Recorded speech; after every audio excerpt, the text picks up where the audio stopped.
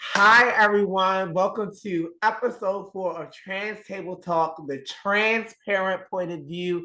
And today I have the honor of Trans King himself, Ta'Nius, with me to talk about what it is being a transparent. Would you like to introduce yourself? What's happening, Ta'Nius, aka the King, Trans King? I am 7 years into my transition, and I was 5 years into my transition when I had gotten pregnant.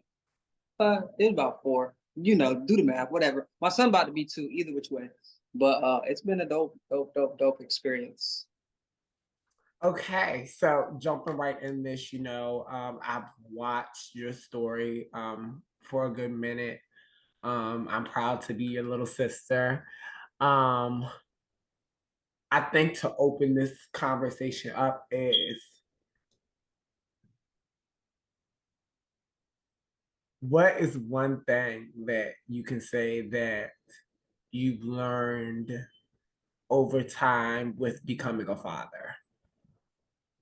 It's definitely not going to be easy. It's going to have ups, downs, and all that. It's not easy, but it's a great experience. Like it's the love that I was always looking for. Like I don't know, it's given me a whole different perspective on life. Because before him, I was just ripping and running, doing anything, not really giving a damn like where my life led. As long as I work.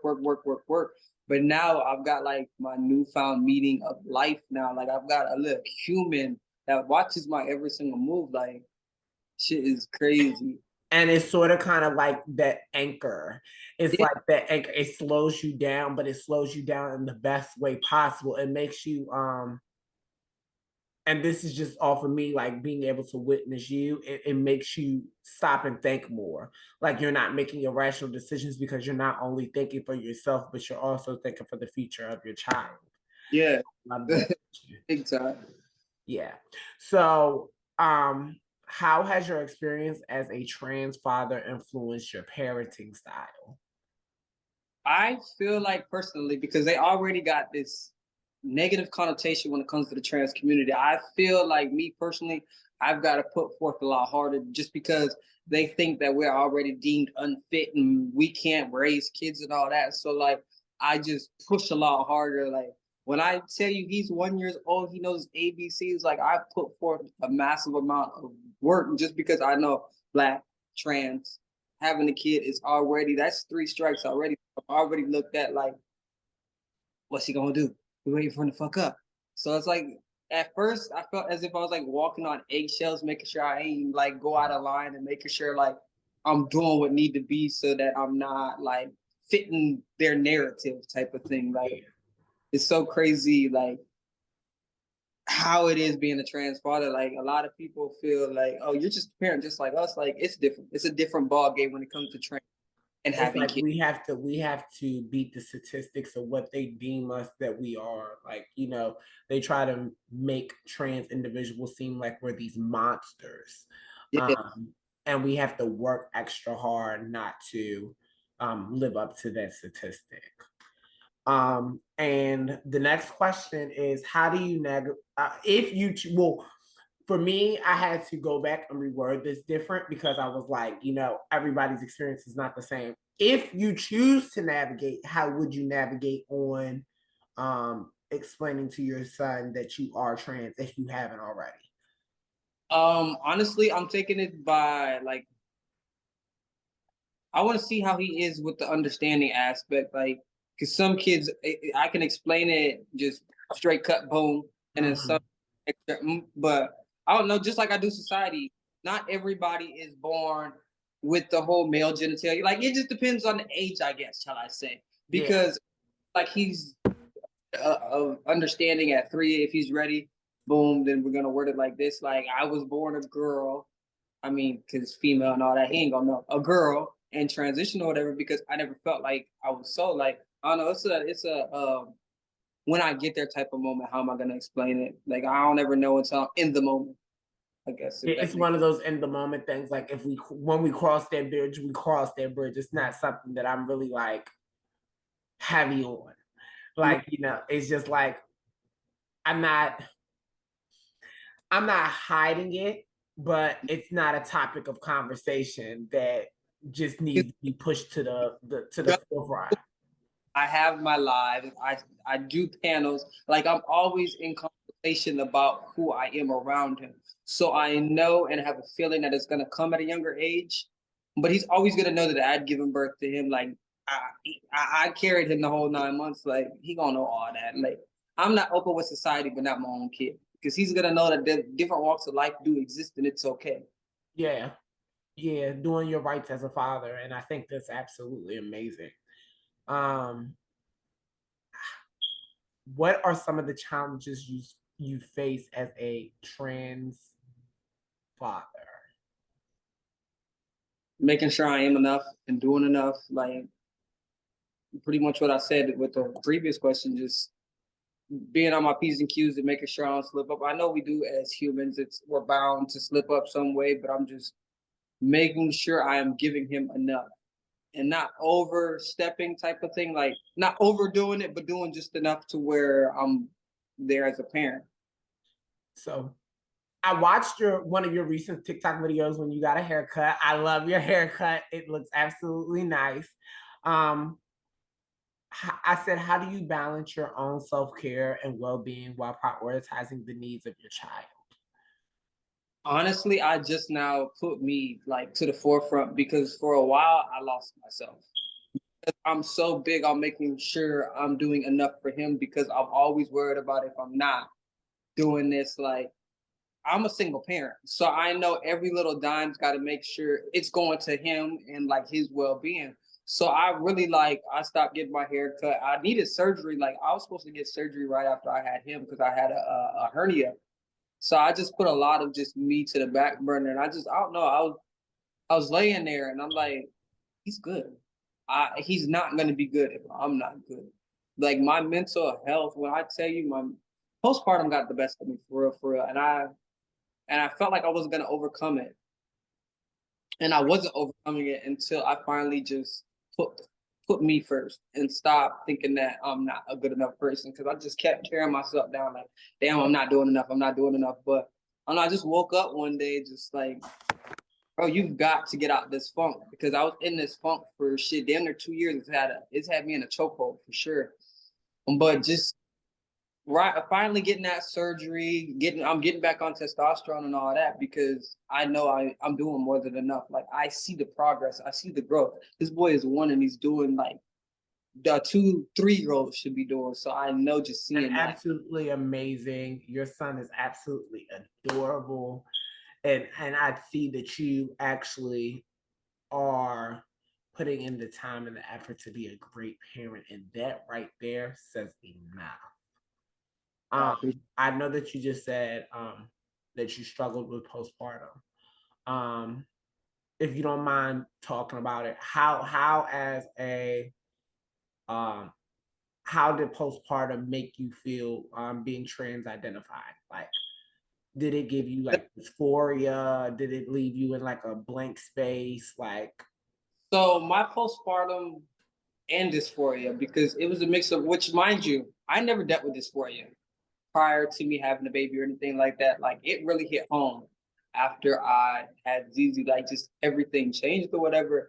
And with me dealing with dysphoria and all that, really like put my postpartum like into high gear. Like there was days I get about the bed, but I forced myself. But when I'm not live and active like that, like I'm really battling with a lot of shit, and I just put it to behind and like try to fake that funk and just put a fake face on it. But it had me down for a long time. But when I put him into school, I really been able to find myself. Like I was scared to put him into school, but I know I needed to be able to just find myself because I lost myself having him just trying to be there for him. But I that know post I was know that I grew up with a saying. My grandmother used to tell me that you cannot pour from a cup that's empty. You have to be able to refill because the people that you need to show up and show out for, they're not going to be able to receive what it is that you have to offer if you're pouring on an empty cup. yeah. Um, and I take that with me everywhere I go because sometimes I'll see myself, and your little brother will even tell you, sometimes I'll see myself like get to the bottom of my cup and I'll feel exhausted and I'll feel tired and I'll feel weak and it's just like everything's good, the bills are paid, and my job's being done at work, and your brother's okay, and everything's fine. But for me, I'd be so weak, and he'll be like, you have to take time for yourself because you keep neglecting yourself.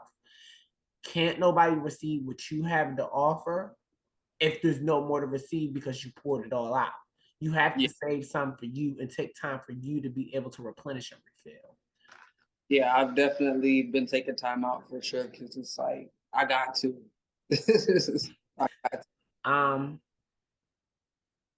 so what steps have you taken to create a positive and affirming home environment for your child? Cutting people off. I had to cut off. I didn't care how much you said, which this stepfather, biological father, because I mean he does have, because I was in a relationship, he was stepdaddy, but I had to cut him off.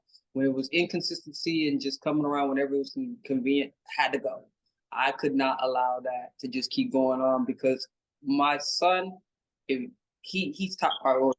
If you're claiming him, if you're his whatever to him, he's the priority. And by me cutting that off, it's just been a breath of fresh air. Like he doesn't seem to be walking on eggshells. He seems to be doing like a lot better or whatever by You're not. creating those, it's called healthy boundaries. You're creating those healthy boundaries. You have to create the foundation for you and Lil ZZ. You got to, because you're to Lil Wayne, you are his Superman. So you are the one who creates his future for real. And it's like, and I don't think that we realize as our age that all it really took for us is if our parents would have understood, if our parents would have created those healthy boundaries with other individuals, um, if our parents would have allowed us to express ourselves correctly, um, and if our parents would have supported us 100%, it would have made such a big difference in who we are as individuals. So that plays a big part in who we become. And I love our generation. As much shit as people talk on us in our generation, we are making the difference. We're unlearning those toxic behaviors and creating those safe environments that we didn't get to experience. Like, we had to deal and grow up with dealing with people who made us uncomfortable, and people who disrespected us, and people who went against what we believed, and we had to deal with that. But our generation is putting our foot down and saying, not no more, my child's not going through what I went through, because we knew how traumatic it was really fighting through that. Yeah, that's why I always say to this day, I'm glad I went through what I went through. Like I've been on my own since I was 12. And I'm glad I did because I am who I am today, and I know how to raise my child different than what I was brought up to. Like I'm forever thankful for going through that shit. But then it also plays into my head like I went through that and it created who I am today.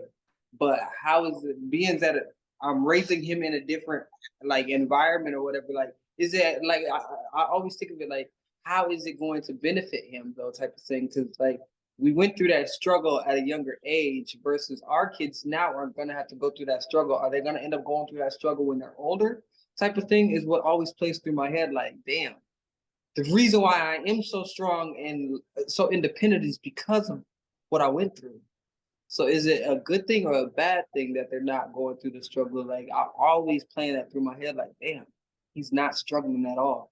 Like where, but then I see other people that didn't struggle and where they're at now, struggling. Um, no, I get that 100%. Yeah, I get that 100%. And I haven't for myself growing up. I grew up with a narcissistic mother. I grew up with I've been on my own since I was 14.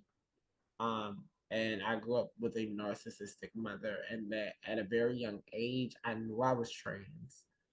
Um, And I went down the whole entire alphabet on trying to creep my way up to becoming a woman. I came out first as bisexual, then I came out as gay, and then it was just given like, all right, girl, the gig is up, girl. Oh, like the gig is up. And to be honest, I look back and a lot of my growing pains come from just not feeling wanted, not feeling loved, not feeling important, not feeling how a child is supposed to feel. Right. Like a child is supposed to feel like a parent's biggest blessing. And instead, I grew up feeling like my parents' biggest curse. Right. So, yeah, I get It's it. I great. just I want to be the one to tell you on this platform, I'm so proud of you. Um, you're doing an outstanding job, and I can actually say that no, you didn't have a child for the trend of it. You didn't Hell have no. a child for because everybody was having a child or it was just something that was cute. I'm so proud of you. Thank you. Like you are really a stand-up father and you show out for that little boy in some of the most amazing, unthinkable ways. You Uh, did. I appreciate it. I try. Yes. So another question is, um, it was right here. Okay. Um, wait, what is this? Okay. How do you address questions or curiosity about your gender identity from your children's school and or just public in general, society in general? So What's not crazy? so not technically your child, but the things surrounding your child. I haven't came across anything like outside of social media. Okay. Like most anything is social media out here in society. Like for instance, in school. Well, so his school, a lot of them follow me on social media. So they already knew me as being transgender or whatever the case may be, and they've been following my journey. So they just put down Ta'Nius because again, my legal names are the same or whatever, and I don't know, they don't treat me no kind of way, like dad, and all that. Like they're in order, and I didn't even have to go to them and say it, but it also is a bonus about me sharing my journey. It's already out there. I ain't got to get no rundown. Yes, that is I have so there's this couple in DC and I love them down. They run a great organization in DC and they have I believe it's two or three boys. And I was wondering the same thing. Like I wonder how and their boys are older. The boys are like I want to say one is like 15, one is like 12, and the other is like 10. Um, and I was just wondering like the real is they. They're real. So don't get me wrong, they're real. But I wonder how it is because they're very vocal on their transition with the kids. So I wonder how society takes them and have the kids in that later setting. How does it affect the kids? Like with does their friends know? How do their friends treat the parents? Like just questions like that. So So, so for instance, I've got three kids outside of ZZ. Two of them are 16, and then Elijah's 13. I haven't been present their whole life or whatever the case may be, but all of their friends have pretty much been there from kindergarten on up. They knew me prior to transitioning, and then transitioning, like when I pop back up from transition, and they still rock with me. Like their friends don't treat me any kind of way. Like when I go see the girls, like their friends are right there. Whenever I take the girls out, one of their friends or a couple of their friends are right there. When their graduation was there, like they're no different to them. And they've been rocking with them since kindergarten. They just graduated. And they still rock the same. yeah. Like they judge, they ain't been talked about, no nothing. Like, but they also have transgender uh, friends in school too. So I mean, now if it was back then, it'd probably be different. But now they've got trans students in there, so it's like, Okay. Society is so different from when we grew up. Like it's like when we grew up, I didn't see nobody like me. I didn't see no representation. The only thing that you will possibly see is a gay boy or a gay girl. Like you didn't see trans individuals. Um Now other schools, I did know that they would have like, well, no, even back then they would just have really feminine boys or like really masculine girls. Like I did not see any trans identifying individuals. But now, me neither. But now that I'm older, I see them all like, damn, all this time you really was a boy. Yeah, like it was like you really. Coming before you even transitioned. Because Um, now, but yeah, then it was just feminine and masculine, and that was it. But now maybe they in school transition. But it's dope because now you see that there's parents that are actually accepting of it. so, how do you handle situations if you've experienced this yet? Because I know ZZ is a little younger. Um, how do you handle situations, or how would you handle situations where your child expresses confusion or uncertainty about your gender identity? I'm just giving a breakdown. Like I'm not gonna sugarcoat nothing. Like I was born this way and it didn't align right. So I took the step to be able to align me for me. And it is what it is. And if you're still confused, I also plan on being in therapy with him. Like I don't plan on just being a him and I type of thing. Like we are going to therapy and all that too, so that like if he does have questions and he doesn't want to come to me about it, he will always have that other person that he can confide in or whatever. That right there, can you please repeat that and get closer to the camera when you say that? What are Which you part? doing with ZZ? Oh, I plan on putting him into therapy because I can't just assume that me and my transition is going to be okay with him because he's going to see a lot of other kids that have moms and dads and all that. And there's always going to be questions. And I can't assume that he's going to be comfortable and confident enough to always approach me about everything. So I want another person there for him to be able to speak to. Let me tell everybody that's watching. This man right here just said that I'm putting my son in therapy. Therapy is okay. Therapy is okay. Therapy is okay. Therapy is okay. Um, that just touched my heart. A lot of people were scared of therapy, and therapy is an amazing tool. And Hell guess yeah. what? If one therapist don't work, I'm going to go sit on another couch and see another therapist. And so I find that therapist that can help me, because everybody is not the same and everybody's practice is different. Mm-hmm. But I know that I found a therapist maybe at the age of 15, 16, and just a 30-minute phone conversation with this woman changed so much Hell and yeah. helped me start my healing journey. Therapy is okay, y'all. Mental health is real. Um, and therapy is real as well, and it works. And the reason okay, so ZZ, he does have another parent. We all know it takes two to tango, whatever the case may be. ZZ unfortunately is a secret child. He was okay dealing with me as a trans individual until it came to a child being involved, and his parents know nothing about him because I'm trans. And just off the strength of me having to, are you froze? No, I'm not. Oh, off the strength of me I just knowing be really still.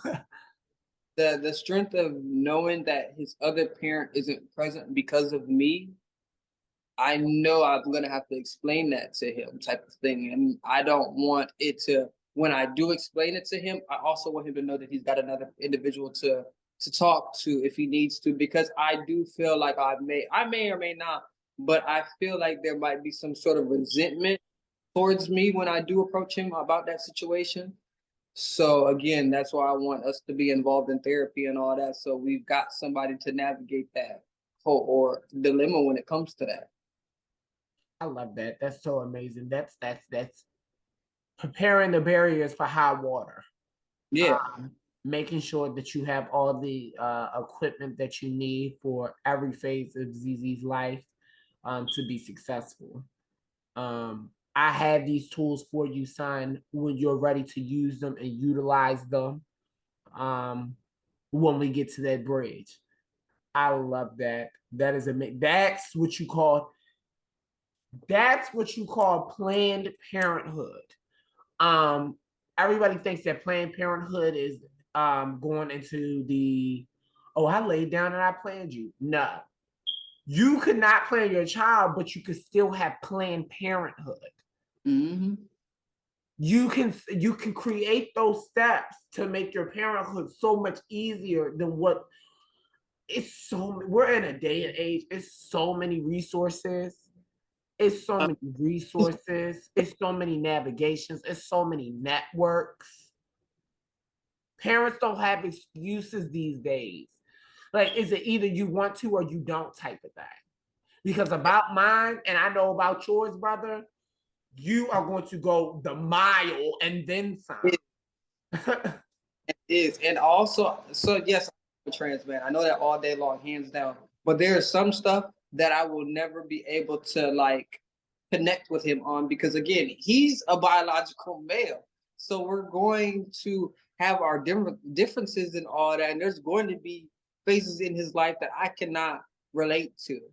And that's another reason why I know another hand in the ordeal is going to be that much greater because again, there's gonna be stuff that we just I'm not going to be able to be there for, like, type of thing.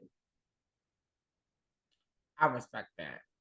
But I don't even think that you understand. But even us doing this recording, and this is probably going to go in this video, I have such a different look of you now. Actually, like we sat down and talked and had conversations, but this conversation has really like shed some light on you so much more. And I see you in a different light. And I think you're so much of an amazing person, and your thought process and your dedication to being the best man and father that you can be to show up for your child is so amazing. And that's why I keep cheesing like this, because you don't, this right here is what an alpha male looks like. That toxic masculinity thing that men try to conceive and try to have and try to carry, that's weakness to me. Hell yeah. This right here, addressing the issue face to face and being like, here, issue, I'm ready to take you full head on, and I'm ready to achieve you to become successful, the most successful I can be. That's an alpha male to me. You're addressing you're not running from your issues. You're not turning a blind eye to your issues. You're not going around your issues. You're going straight through your issues and achieving it. That right there means so much to me, because I watched a lot of parents try to sweep their issues under the rug, try to bury their issues in a closet. I've even seen some parents, even down to my mother, where she puts the issues on the child and be like, that's not my fault. That's not me. You did that. That's Yeah. not me. That's problems that child got. I'm fine. Yeah, and I don't want to be that type of parent because that was how I was brought up. Like I'm trying to be the total opposite of what I have. Yes. Um,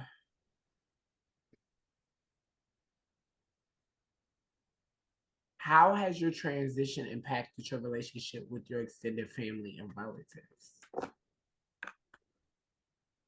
I've been on my own since I was 12. Mom and dad don't even know I'm trans. They don't even know I got a kid. They don't know nothing about nothing. Again, it's been 20 years and I was emancipated at 16. They ain't look back at me. Well, that's a lot. So like a couple years ago, my father, he was at my grandfather's funeral. He didn't really say much to me or whatever. He didn't even recognize me, and I just kept it at that. Like I deal with my twin. We're all adopted, so I feel no obligations to keep up with any of them. But I am close with my twin and one of my sisters, well, and my brother. But other than that, I've never lived up to the expectations of anybody. If you rock with me, you rock with me. If you don't, you don't. You don't? I'm do me. But the three of them, they've been my twin. We're just really building that relationship because again, we all we got. So I I was already out of state. I already pretty much left her in the state by herself, and then now I'm transitioning, and she felt as if she pretty much lost me type of thing. And that's another reason why I haven't pressed the issue about legally changing my name, because that's the only thing that we've got left that's connecting us as twins. So it took her a little bit to really like take it all in. But again, she's got a childlike mentality or whatever. So it took her a little bit to really understand and come to grips. But once we got past that barrier, like we've been close as ever. And then my brother and my sister, the shit, they seen it coming before I even transitioned. Because I mean, I've always been that little boy. So I mean, they've been rocking with me. So, what are some of the most rewarding aspects of being a trans father? The fact that nobody can take him away from me. The other three kids, I have not been able to be present in their life because, you know, relationships in the relationship with the kids, they go with their mom. So I haven't been able to be present with him. But the fact that I carried my own kid, can't nobody take him away. And that's the most rewarding, is the fact that I know I've got him from birth until the day I go to the grave or vice versa. He's stuck with me, and it's that. I don't think it could get any better than that. No, absolutely. Absolutely. I can tell ZZ is your world. Hell yeah. I didn't think I was gonna have a kid because when I transitioned, I felt like I was just signing that away. Like, I ain't gonna have a kid. It's either sit and wait to see if I end up having a kid or start my transition. I'm getting too old to just be sitting there waiting. Yeah. How do you envision your role as a transgender father evolving as your child grows older? Honestly, I don't know. I I ain't never really sat. I don't know.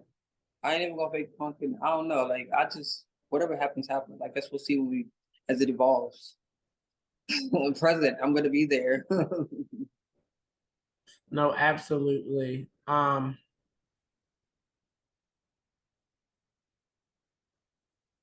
Absolutely. I feel as if,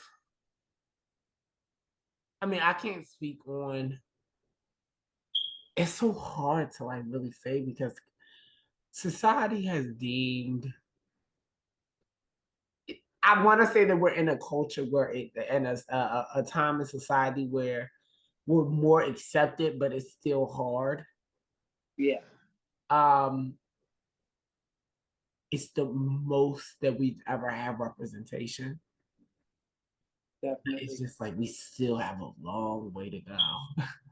Wait, and then like, okay, so my social media presence, I'm always like hesitant. Like, I always think like, is it going to benefit him or hinder him in the long run? Because we are well known on social media. Like, how is he going to be treated when it comes to school? Because again, he's in school now and they know me off of that. Like that now, so I was worried about putting him into school because I don't want him to be mistreated just because I'm trans type of thing. Like, but then I'm like, I don't know, we gonna have to visit the situation either which way, but it's really hard. Like, do I continue with the social media because I know how many people I've been able to help, or do I stop it type of thing? Like, And help cause mom.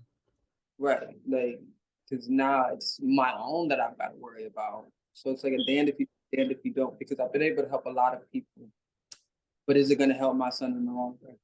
Yeah. Um, do you see a difference in your friends now that you're a parent? Like, is it hard being friends with people who are parents? I Um, don't have I don't have any friends now. My when I talk on social media is my only adult interaction, but outside of social media, Z. That's it. It's me and Z. There's nobody that I know that really got kids, and if they do got kids, they're all older or whatever the case may be. But then again, I a lot of mine we was in the streets pretty bad, so I had to let go of a lot of them anyways, because that's not what I want my son to be a part of anyways. Like when I tell you my life was a 360, I mean just that. I ain't drinking, I ain't smoking, I ain't doing none of that no more. Being that I don't do any of that, I lost a lot of them friends. one of my questions were, what strategies have you used to foster open and honest communication with your child regarding their transition? And even though I know that we talked about earlier in this segment that you haven't got to that point yet, so let me say not what have you done, but what do you plan on doing to foster open communication? He's gonna always know, like I'm not accused. He's gonna always know that I'm open. Come to me about anything. Like I've made it to where he's comfortable with just being him. Like we goofy, we play and do all that. Like I want him to be as comfortable as possible. I don't want him to feel like he's got to walk on eggshells about anything. Being that we're gonna have that open dialogue, I feel like it should be kind of easy for the most part to approach the situation type of thing. Just because I mean, if we are open book, I speak about everything around him as it is now, and I've been like that from a baby on out. He hears me talking. It's the mindset of you're gonna hear it from my mouth before you hear it from anybody else's mouth. It's gonna be lost in the sauce, and I'm gonna be painted. I don't want a painted narrative. Let me tell you how I am from here on out. But um so I want to hear about the hospital staff. Because I think that's a big part. Let me hear about the hospital staff. So, mind you, which now that I'm talking to other people about being pregnant or whatever, they didn't get UA'd like I got UA'd every single time I go to my appointments. I got UA'd every single time. A lot of people are saying they get UA'd at the beginning and UA'd at the end. I got UA'd every single time. Came up clean, or yeah, negative, whatever, for anything. Came to the hospital, which mind you, I just did a UA that Friday prior to me going into labor. I go into labor, I pop positive for fentanyl. So since I popped positive for fentanyl, they opened up a CPS case, which they were determined to take ZZ from that hospital on out. But I had a boy in the hospital or whatever. But to keep him in the home, I had to have somebody at my house 24/7 for 3 months, all because I popped positive for fentanyl, and I had to do random UAs and all that. And I know and I feel that I was Black, trans, and an all white people hospital. So what was the positive of the fentanyl from? It mysteriously popped up. But this is my thing though. I know that a lot of times, even in the hospitals with the IV drip, you know what? We not, yeah. Exactly. And I'm like, baby, look at my, and that's the thing is when I got released, I went to my OB or whatever it is, OBGYN, whatever. I went to them. I got all my UA records from them. There's nothing in my system. But mysteriously I go into labor. There's fentanyl in my system. But mind you, we didn't have any withdrawals. Fentanyl is a drug to where you're going to have withdrawals. He's going to have withdrawals, but we have no withdrawals. They still continue, or they still allow me to breastfeed my child and all that. But usually if you have fentanyl in your system, you're not eligible to breastfeed. But I still did that. Yeah, they were determined to take him. So basically, what my brother is saying is for all you trans mass individuals and birthing people, watch closely when you're at that hospital. Watch closely to your stays. Make sure that they're explaining everything that you're doing. When it comes to that IV drip, make sure that you are aware of what they're putting into that IV drip. You just got to be more attentive because they try to destroy the image of trans people. We're drug abusers. We aren't responsible. We're mental. We have mental health issues. We're monsters.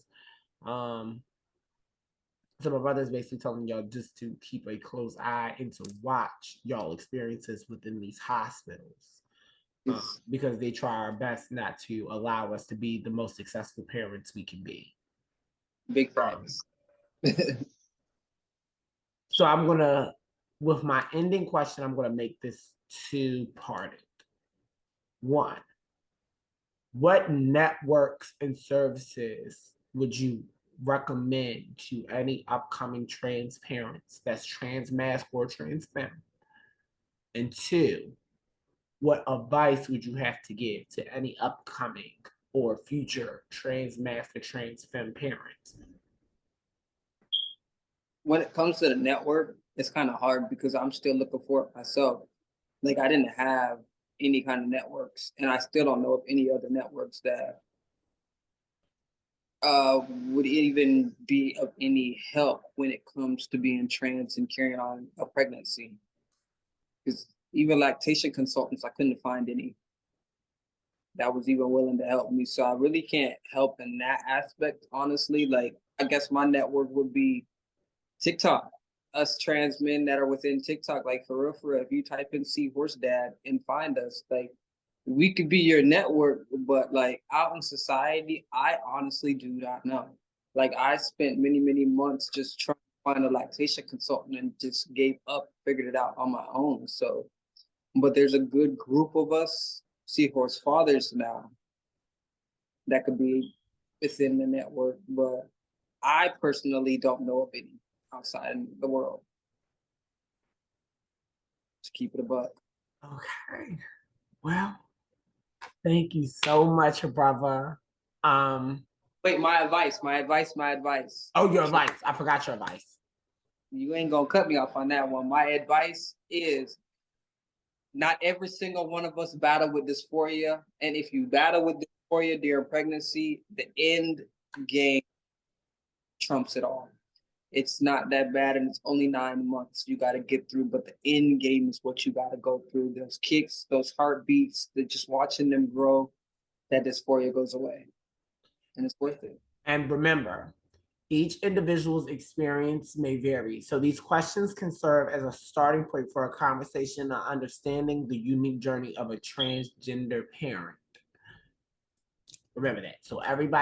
So this is just to bring awareness to what a trans identifying individual parent looks like. It comes in all different shapes, sizes, forms, experiences. And my brother was probably one of my favorite interviews that I've had on here. Raw, uncut, give it to you just like that. Thank you so much, brother, for coming on here and speaking to the people of Trans Table Talk, all the viewers, all the love. Hearing your story and hearing you and little baby ZZ's story is so amazing, and I love you. Love you too. Appreciate you having me up here.